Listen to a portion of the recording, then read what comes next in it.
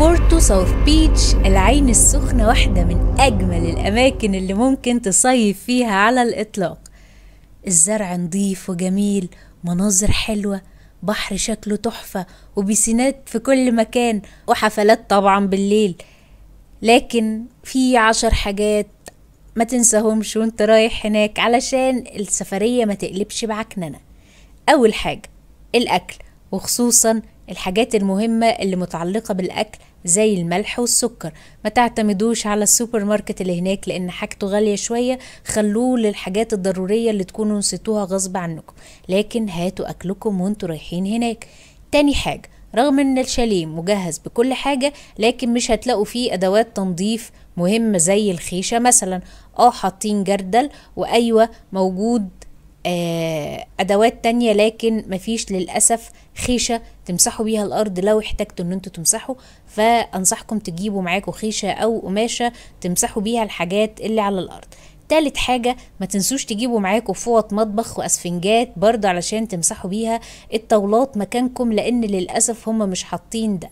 رابع حاجة، هاتوا سكينة حامية او اكتر من سكينة، لان صحيح هم عاملين معالق وسكاكين اكل وشوك، لكن مفيش للأسف الشديد سكينة تقدروا تعملوا بيها مثلا لو حابين تقطعوا بطاطس او تقطعوا اي حاجة انتوا جايبينها معاكم وانتوا بتطبخوا.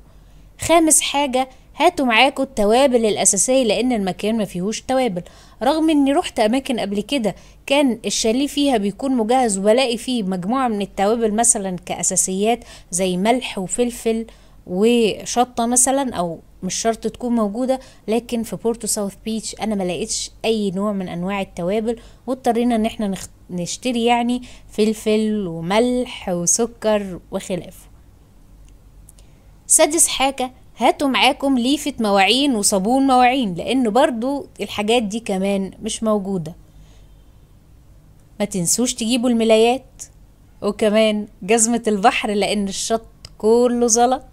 وكمان بفكركم ان انتوا تجيبوا معاكم كورة تلعبوا بيها، لأن المكان هناك حلو جدا ويسمح بلعب الكورة، وكمان السكيتس والحاجات اللي زي كده.